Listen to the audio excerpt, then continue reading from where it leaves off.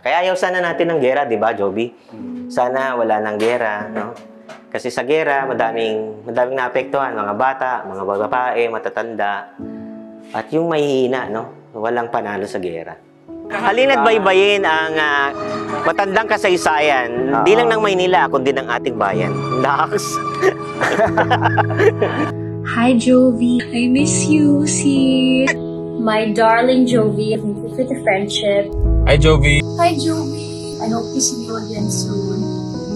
Maring Jovi! My goodness! I love you! Hi, congratulations on your new channel, Jovi. I hope you become more and more successful. Sana magpila ng channel mo.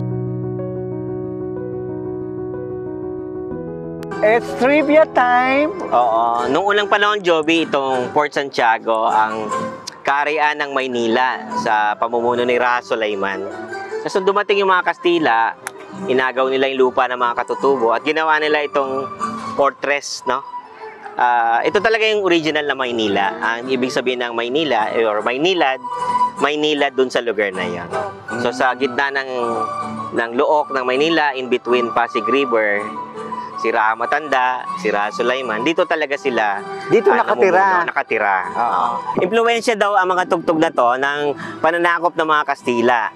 Ngayon, ang ginawa ng mga Pilipino is na katutubo nila yung mga sayaw ng Kastila.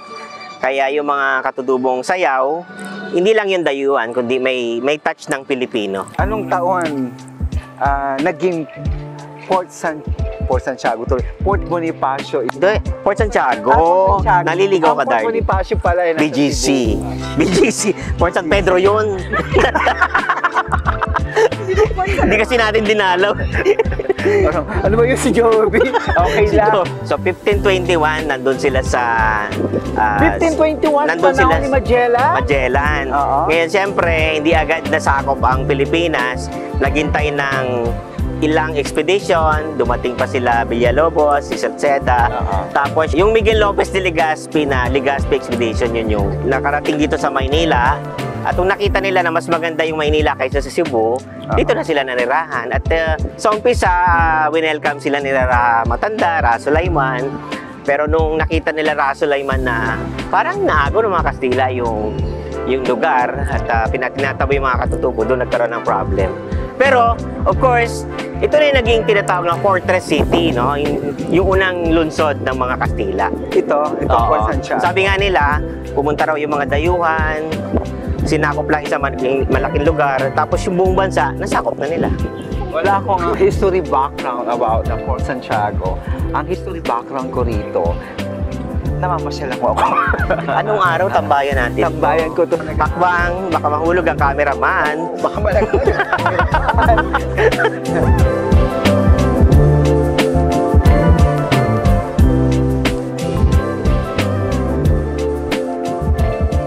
Ito yung oldest, tanda mo yan? The Fortress, oo. The Fortress. Pero yung unang design, may mabubong yan eh. Actually, nasira yun panahon ng gera. Binago na yan eh. Oo, tama. Tapos ito natatandaan ko, maraming koi fish noon. Oo nga. May koi fish wala na. Nung maliliit pa ako noon. Ngayon, wala na. Wala na, oo. So, nakakonect ito sa Pasig River. Ang matulaing Pasig River. Tapos, syempre dito kinukulong yung mga Pilipino, dito rin naninirahan yung mga Kastila. Dito rin kinulong si Jose Rizal. Ang dakilang Jose Rizal. Okay. So dadalawin natin ang kulungan ni Jose Rizal.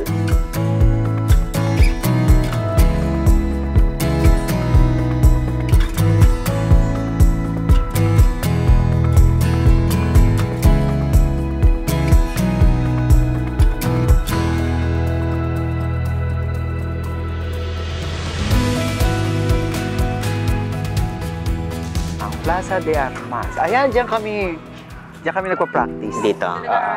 Tatandaan ko nung dami kong dyan. Dami kong picture dyan. Kasi dyan ang theater. The Philippine Educational Theater Association. PETA. Dyan ang original na PETA. Tapos ang dalas ko doon. Sa Rizal Shrine. Ito yung parang naging bilangguan ng mga Pilipino, panahon ng Kastila, panahon ng Hapon, no? Even panahon ng Amerikano, bago yung mga Hapon. At dito tayo sa Rizal Shrine. Bakit nga ba kinulong si Rizal? Bigla na lang siyang hinuli after niyang i-found, no, yung Liga Pilipina. No, nung pinaon niya yung Liga Pilipina, tinapon muna siya sa dapitan sa Zamboanga. Years later, sumulat siya sa Gobernador General na maglilingkod siya as doktor doon sa Civil War or sa Cuban-American War. Ito pa ba yung original? Sino ang kauna-unahang general na dumalaw sa kanya sa kulungan? Si ano yan eh, no video na dito. Hanggang sa taas wala na. Dito wala na. Meron silang bagong nahukay na ano eh. Dito. Yun yung bago, yung nahukay nila. Na parang tunnel ba yun or what? Actually, ano siya, tunnel talaga siya na pinagkukulungan ng mga rebelding Pilipino o mga gustong ipakulong ng mga praile. Even panahon ng Amerikano, panahon ng Hapon. Pero dito rin kinulong si Rizal sa bahay na to. Kasama dito sa ikinulong si Llanes Escoda. Si Llanes Escoda, founder ng Girl Scout of the Philippines, no? Tapos Amerikano yung asawa niya, hinuli ng mga Hapon. Nung ililigtas na sila ng mga panahon ng mga Amerikano na parating na, sinunog yung kulungan at maraming Pilipinong namatay, hindi na sila natagpuan. Dito yon lahat ng nahukay, sinasabi, pati si Llanes Escoda, nakasama sa inilibing dito. Dito? Yes, ito siya, bali. Allegedly, 600 Filipinos with their bodies inside. Dito dyan, John, no? Baka kabisado mo pa rin, ha? Oo. Their bodies Which were included, allegedly, si Llanes Escoda na sinunog sa loob. Tapos, hindi na sila nakita. Okay? So, ito yung ano nang Ito, part ito ng mass grave. Mass grave to. talaga. Dito yung bago nilang features na yung kulungan, pwede kang pumasok. Maliit lang, ayan dungeon. Papasok ka, tapos may experience mo anong klaseng kulungan yung na-experience sa mga Pilipino noon.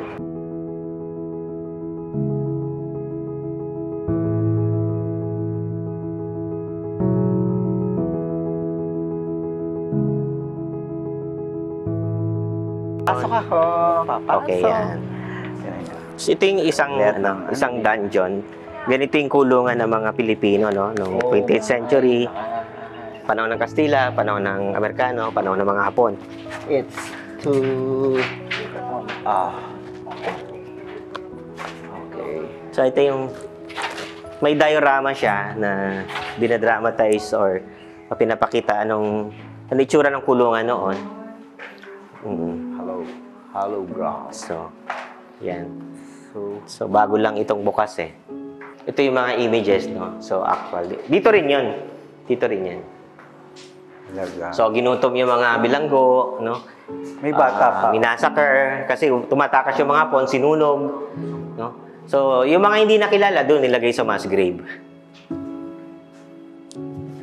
May bata pa. Madami talaga. So, harrowing experience talaga, di ba? May torture, no? Kasi sinasabi ni Madam Jovi yung may ni-rape talaga dito, no? Hindi lang panahon ng Hapon, no? Panahon ng Kastila, panahon ng Amerikano, no? So, yan.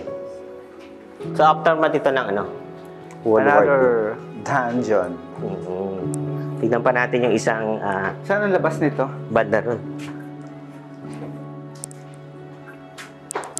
Ito, yung aftermath to, ng gera. Kaya ayaw sana natin ng gera, di ba, Joby? Sana wala ng gera, no? Kasi sa gera, madaming naapektuhan, mga bata, mga babae, matatanda, at yung mahihina, no? Walang panalo sa gera. Tapos, syempre, pag may ulan, pinapasok yung dungeon. Siguro mas malala pa dito, no?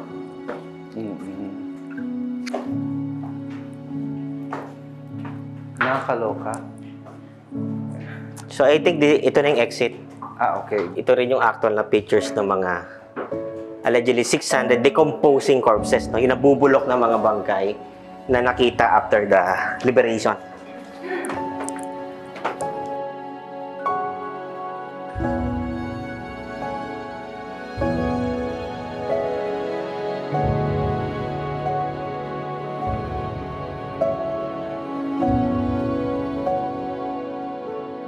Tapos makikita mo ito, may mga butas. Yung iba dyan, urig pa, mga bala, tama pa ng bala. Pero iba naman, part ng decomposition ng structure.